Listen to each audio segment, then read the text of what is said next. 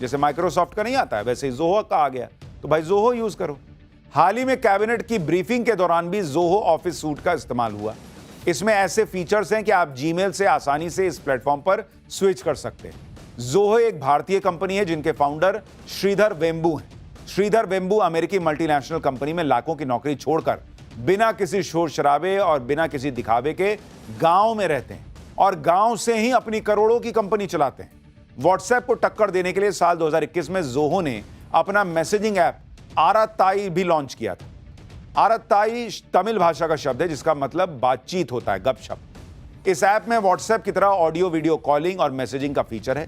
Company का दावा है कि उसके प्रोडक्ट्स में एंड टू एंड इंक्रिप्शन से डेटा सुरक्षित रहता है और किसी भी जानकारी को विज्ञापनदाताओं के साथ साझा भी नहीं किया जाता। खास बात यह है कि यह लो स्पीड इंटरनेट पर भी काम करता है, जो कि विदेशी ऐप से इसे अलग बनाता है। जोहो का मैसेजिंग ऐप आराताई तेजी से लोकप्रिय हो रहा है। 3 अक्टूबर तक इसके 75 लाख यूजर्स हो भी गए, यानी धीरे धीरे ही सही, लेकिन लोग स्वदेशी की तरफ स्विच हो रहे हैं। भाई व्हाट्सएप से भी मैसेज ही ना कर रहे हैं, फोटो ही ना भेज रहे हैं, सुबह सुबह गुड मॉर्निंग ही ना भेजना है, दिन भर व्हाट्सएप में इधर उधर चर्चा ही ना करनी है कि कल पाठशाला में ये देखे या नहीं देखे, तो आराताई पे कर दो, अपना कम से कम तो है।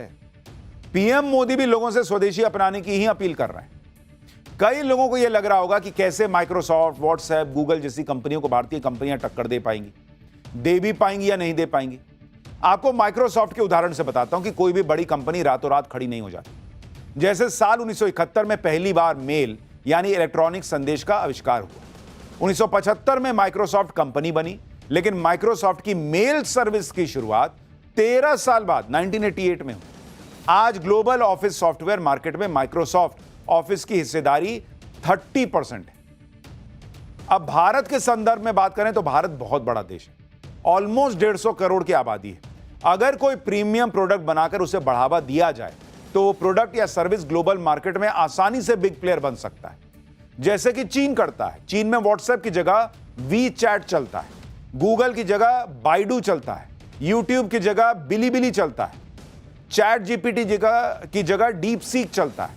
चीन के लिए यह काम इसलिए आसान हो गया क्योंकि उसने अपने यहां स्वदेशी विकल्प भी तैयार किए और ज्यादातर विदेशी ऐप को बैन ही कर दिया कि जाओ रहोगे ही नहीं, हटाओ।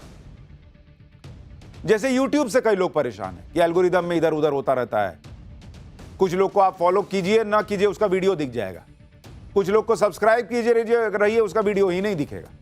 बहुत तरह के तामझाम चलता रहता है। अपना सिस्टम बनाइए, अपने में रहिए, हमको किसी और की क्या जरूरत है। 150 करोड़ के आसपास हमारी आबादी है बॉस। पीएम मोदी भी भारत को आत्मनिर्भर बनाने में लगे हुए, भारत को और ज्यादा मजबूत बनाने में लगे हुए। आज पीएम मोदी ने दिल्ली से मुंबई तक इंफ्रास्ट्रक्चर, मैन्युफैक्चरिंग और इनोवेशन की ताकत का ट्रेलर दिखाया और जो कमी रह गई थी वो ब्रिटेन के पीएम कीर स्टारमर ने पूरी कर दी। ब्रिटेन के पीएम कीर स्टारमर 2 दिन के भारत दौरे पर आए हुए हैं। वो कल पीएम मोदी के साथ मुंबई में द्विपक्षीय वार्ता करेंगे। जुलाई में पीएम मोदी ब्रिटेन गए थे, दोनों देशों ने फ्री ट्रेड एग्रीमेंट पर साइन किया था और अब उसी ट्रेड डील को आगे बढ़ाने के लिए कीर स्टारमर भारत आ रहे हैं। आप देखिए कि कीर स्टारमर, ब्रिटेन के प्राइम मिनिस्टर, वो भारत में कितनी संभावनाएं देख रहे हैं कि भाई फ्री ट्रेड एग्रीमेंट पर साइन करने के 2 महीने बाद ही दौड़े दौड़े भारत आ गए और भारत और ब्रिटेन के बीच फ्री ट्रेड एग्रीमेंट को फाइनल करने में 3 साल लगा था। इस दौरान ब्रिटेन में कई प्रधानमंत्री और सरकारें बदल गई, लेकिन बॉस आज की डेट में ब्रिटेन एक पैसे की देरी नहीं करना चाहता। ब्रिटेन के पीएम ने भारत दौरा प्लान करने के साथ ही मैसेज दे दिया कि वो भारत के साथ व्यापार करने के लिए कितने एक्साइटेड है। आप देखिए कि कीर स्टारमर ऐसे वक्त में भारत के साथ ट्रेड डील के वो आगे बढ़ाने के लिए आए हैं जब ट्रंप भारत की इकोनॉमी को डेड बता रहे थे, जब अमेरिका यूक्रेन युद्ध को लेकर यह चाह रहा था कि यूरोप के देश भी भारत पर टैरिफ लगा दें। लेकिन हो गया इसका उल्टा। कीर स्टारमर का यह दौरा ट्रंप के लिए झटका है क्योंकि ट्रंप यह सोच रहे थे कि वो टैरिफ लगाकर भारत की हालत खस्ता कर देंगे। दूसरी तरफ भारत दूसरे देशों के साथ back to back trade deal करता चला जा रहा है। ब्रिटेन के साथ फ्री ट्रेड एग्रीमेंट लागू होने से भारत के लिए ब्रिटेन के साथ यूरोप का मार्केट और खुल जाएगा। और आप देखिए कि इधर राहुल गांधी भारत की इकोनॉमी को डेड बता रहे थे, उधर ब्रिटेन के पीएम भारत दौरे पर अपने साथ इतना बड़ा डेलीगेशन लेके चले आए बॉस। भाई प्लेन खचाखच भर गया। पता नहीं अंदर वैसे लोकल बस जैसी हालत तो नहीं हो गई कि कोई खड़े खड़े से हिलता चला रहा हो। मजाक कर रहा हूं, लेकिन ऐसा भी, ऐसी इतनी भीड़ देखिए ना, सब आ गए भाई। कीर स्टारमर के भारत दौरे का एक ही मकसद है, बिजनेस। और ब्रिटेन के पीएम को यह भरोसा है कि जिस रफ्तार से भारत आगे बढ़ रहा है वो रफ्तार ब्रिटेन को भी आगे ले जाने में फायदेमंद साबित होगी। तभी ना सबको लेके आ गए कि चल भाई, जिसको आगे बढ़ना भारत चल। इसलिए वो भारत के साथ व्यापार करने में अपना तगड़ा फायदा देख रहे हैं। ये गोरे लास्ट टाइम आए थे जब भारत सोने की चिड़िया होता था, तब तो लूट लूट के चले गए थे। इस बार लूट नहीं पाएंगे, लेकिन इनको फिर दिख रहा है अपॉर्चुनिटी कहां, वही भारत में। ब्रिटिश पीएम का कहना है कि भारत के साथ जो ट्रेड डील हुई वो सिर्फ एक कागज का टुकड़ा नहीं है, ग्रोथ का लॉन्च पैड है। ब्रिटेन के पीएम ने दावा किया कि साल 2028 तक भारत तीसरी सबसे बड़ी अर्थव्यवस्था बन जाएगा।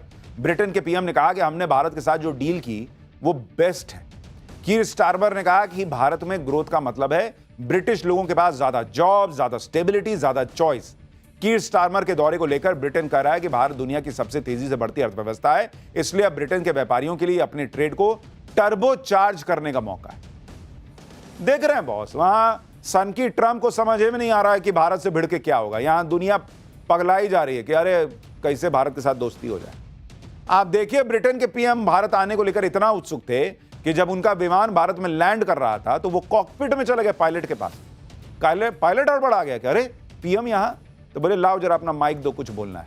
अपने साथ आए हुए बिजनेसमैन को उन्होंने वहीं से कॉकपिट से भरोसा दिया कि भाई भारत के साथ व्यापार में कई संभावनाएं हैं। सुनिए, ब्रिटेन के पीएम इतना अंदर से उनको एकदम पंप हो रखे थे कि कॉकपिट में जाके क्या बोल रहा है। यानी प्लेन में जैसे क्रू अनाउंस करता है कि अब हम मुंबई में लैंड करने वाले हैं, तापमान अच्छा है, आप उम्मीद है आपका सफर अच्छा रहा होगा। प्राइम मिनिस्टर बन गया क्रू मेंबर, कह रहा है कि भारत पहुंच रहे हैं, सब झकाझक हो जाएगा। आप सोचिए, आखिरी बार आपने किस ग्लोबल लीडर को भारत आने पर इतना एक्साइटेड देखा था, और आखिरी बार किसी ग्लोबल लीडर को इतना बड़ा डेलीगेशन लेकर भारत आते कब देखा था? यह भारत की बढ़ती आर्थिक ताकत का नतीजा है बॉस।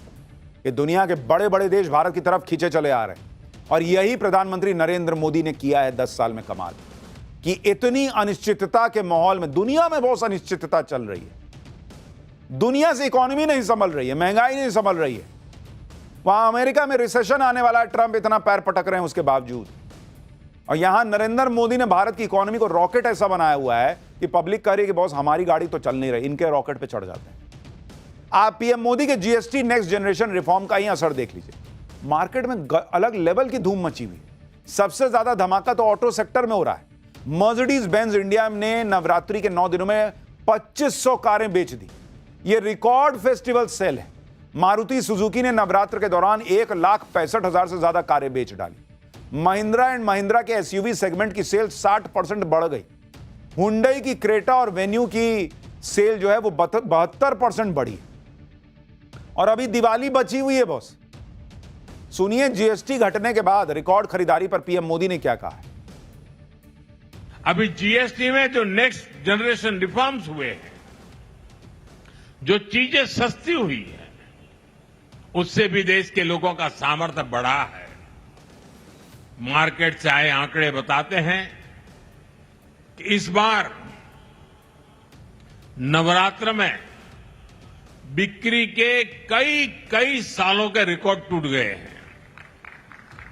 रिकॉर्ड संख्या में लोग scooter, bike, TV, fridge, washing machine, ये सब कुछ खरीद रहे हैं। यानी भारत का विकास से जो रिश्ता जुड़ा है ना बॉस, ये रिश्ता तोड़े ना टूटने वाला। जिनको डेड इकोनॉमी लगता था, उनकी पॉलिटिक्स डेड होने की कगार पर आ गई। खैर, जब रिश्तों की बात हो ही रही है तो पाठशाला में अब अगला चैप्टर। आजम खान से अरसे बाद मिले अखिलेश यादव, लेकिन दिल ना मिले। क्या क्या हुआ मीटिंग